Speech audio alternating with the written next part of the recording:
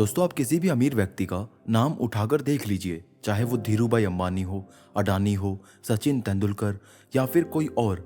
आप ये देखेंगे कि उनकी तुलना में आप कितने पढ़े लिखे हैं। हम में से बहुत से लोग तो पीएचडी भी कर रखे होंगे, लेकिन ऐसे लोग सिर्फ 9 से 5 वाली जॉब ही करके रह जाते हैं और एक बंधी बंधाई सैलरी ही प्राप्त कर रहे होते हैं, जिससे वो इतने सक्सेसफुल नहीं बन पाते जितने ये लोग अपनी लाइफ में बन पाते हैं। तो आज की इस वीडियो में हम यही जानेंगे कि why A student work for C student, इसको किस तरह से आप समझ सकते हैं और ये आपकी लाइफ में आपको रिच बनने में और सक्सेसफुल बनने में कैसे हेल्प कर सकता है। तो इसके कुछ रूल्स मैं आपको आज की इस वीडियो में बताने वाला हूँ, तो इस वीडियो को एंड तक पूरा देखना और अच्छे से समझना। सो लेसन नंबर 1, सही कैश फ्लो क्वाड्रेंट में एंट्री करके आपको उससे अधिक पैसा मिलेगा।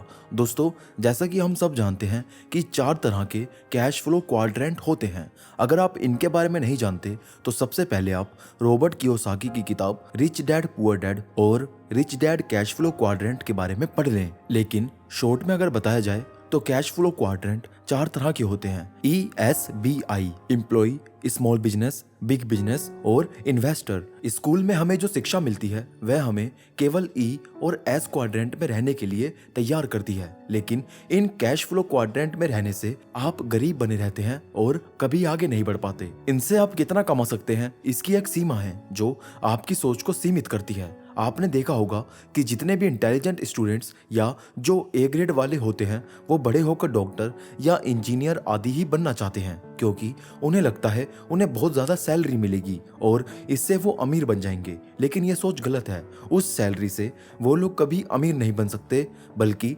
65 साल तक जॉब में ही पिसते रहेंगे। वह हमेशा E और S क्वाड्रेंट में ही रह जाएंगे। ये क्वाड्रेंट अमीर लोगों का नहीं है। अगर आपको अमीर बनना है तो B और I के बीच में जाना होगा। लेसन नंबर 2, यदि आप अपने बच्चों को आर्थिक रूप से अशिक्षित बनाना चाहते हैं तो उन्हें पैसा दें।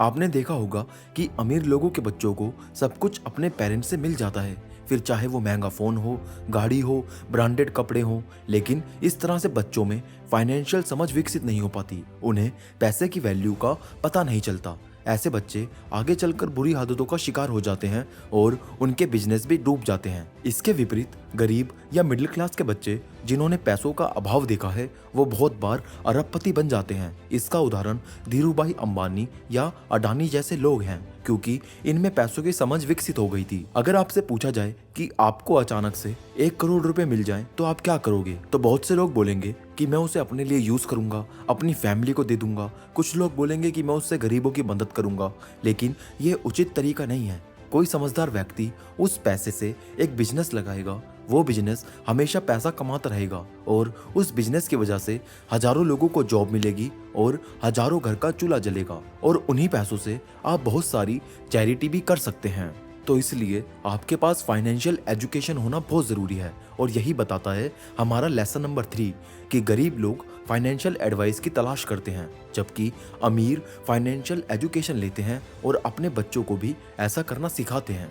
दोस्तों, ज़्यादातर केसेस में लोग बस दूसरों से ही सलाह लेते रहते हैं, जैसे कौन सी फिक्स डिपॉजिट करानी चाहिए, कौन सी इंश्योरेंस पॉलिसी लेनी चाहिए, किस शेयर में पैसा लगाना चाहिए आदि। लेकिन इससे आपको गलत सलाह मिलती है और आप कभी भी अमीर नहीं बन पाते। साथ ही आपका नॉलेज भी बहुत लिमिटेड रह जाता है। आपका दोस्त जो आपके जैसा है वो आपको क्या सलाह देगा, उसने जो किसी से सुना होगा वही वो आपको बता देगा। लेकिन इसके विपरीत अमीर लोग ऐसा नहीं करते। वो प्रॉपर फाइनेंशियल एजुकेशन लेते हैं, या तो कोई सर्टिफाइड कोर्स करते हैं या फिर फाइनेंस की बुक्स पढ़ते रहते हैं।